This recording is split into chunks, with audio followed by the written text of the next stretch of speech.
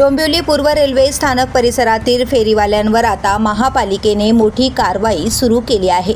आयुक्त अभिनव गोयल यांनी अचानक पाहणी दौरा करत अधिकाऱ्यांना आणि फेरीवाला हटाव पथकाला कडक इशारा दिला आहे।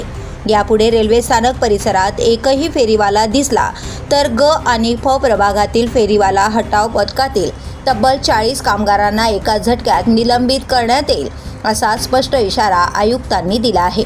या तंबीनंतर फेरीवाला हटाव पथकाने कारवाईची गती वाढवली असून डोंबिवली पूर्वेतील डॉक्टर रॉथ रस्ता, उर्सेकर वाडी गल्ली, भाजी मंडई, कामत मेडिकल परिसर आणि रेल्वे स्थानक परिसरातील पथ आता मोठ्या प्रमाणात फेरीवाला मुक्त झाल्याचं चित्र दिसत आहे।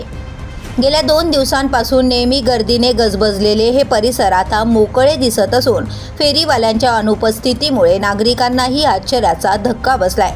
केवळ काही मोजके विक्रेते दिसत असून त्यांनाही पालिका कर्मचारी तेथून हटवत आहेत। दरम्यान मागील 3 महिन्यांपासून अतिक्रमण नियंत्रण विभागाकडून सातत्याने कारवाई सुरू होती। राजकीय दबाव आणि विरोधाची पर्वा न करता फेरीवाला हटविण्याची मोहीम राबवण्यात असल्याचंही सांगितलं जात आहे। आता आयुक्तांच्या कडक भूमिकेनंतर डोंबिवली पूर्व रेल्वे स्थानक परिसर कायमस्वरूपी फेरीवाला मुक्त राहणार का, याकडे नागरिकांचे लक्ष लागले आहे।